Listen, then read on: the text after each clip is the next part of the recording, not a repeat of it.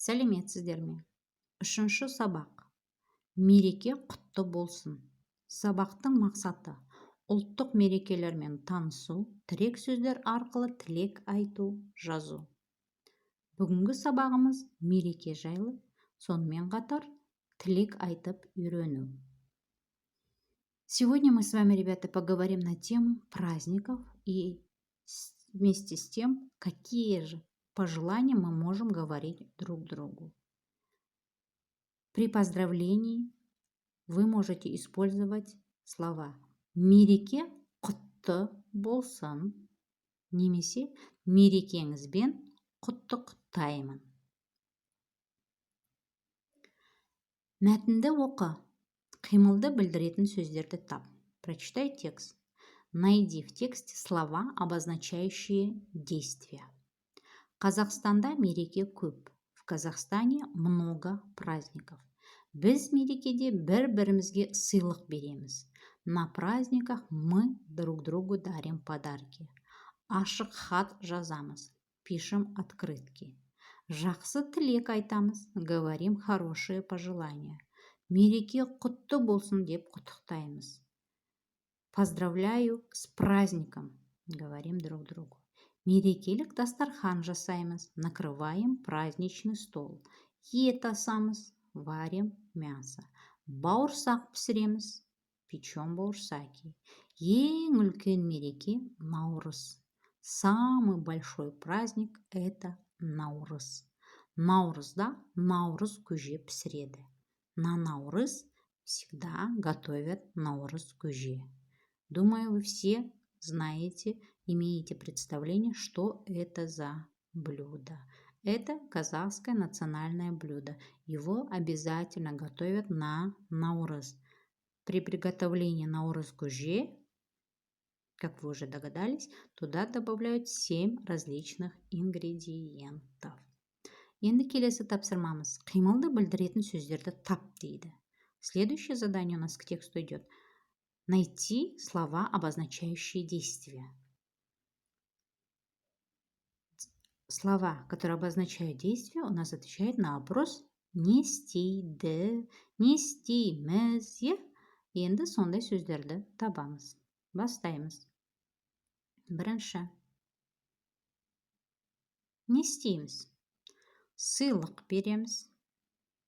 Не істейміз. Жазамыз. Не істейміз. Тілек айтамыз. Құттықтаймыз. Жасаймыз. Асамыз. Пісіреміз. Пісіреді.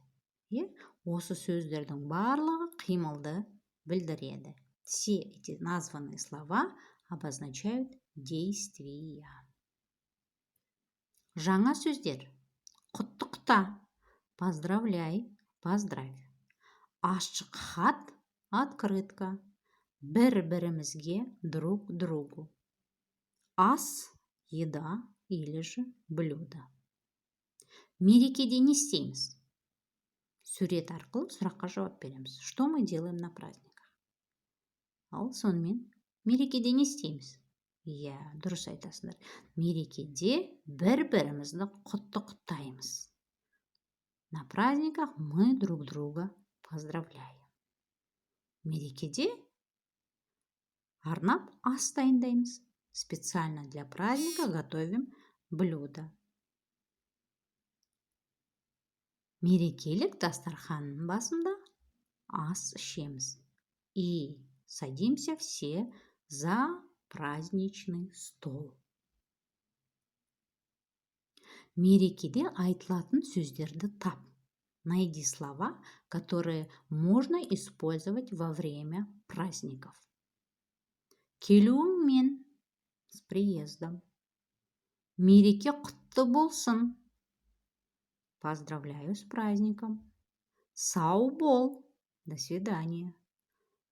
Құтты болсын. Поздравляю. Кешірім өтінемін. Извиняюсь. Мерекеңмен, с праздником.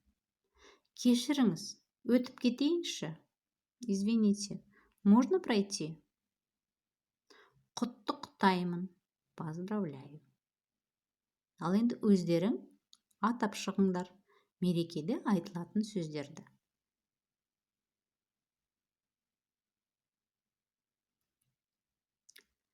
Есте сақтаймыз.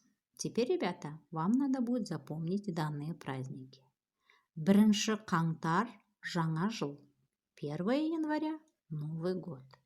8 наурыз – халықаралық әйелдер күні. 8 марта – Международный женский день. 22 наурыз – Наурыз мейрамы. 22 марта – праздник Наурыз. 1 мамыр – Қазақстан халқының бірлігі күні. 1 мая – День единства народов Казахстана. 7 мамыр – Отан қорғаушылар күні. 7 мая – День защитников Отечества. 9 мамыр – Жеңіс күні. 9 мая – День Победы. 1 маусым – балаларды қорғау күні. 1 июня – День защиты детей. 6 шілде – Астана күні. 6 июля – День столицы. 30 тамыз – Конституция күні. 30 августа – День Конституции. 1 желтоқсан – Тұңғыш президент күні.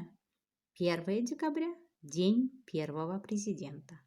16 желтоқсан – Тәуелсіздік күні. 16 декабря – День независимости.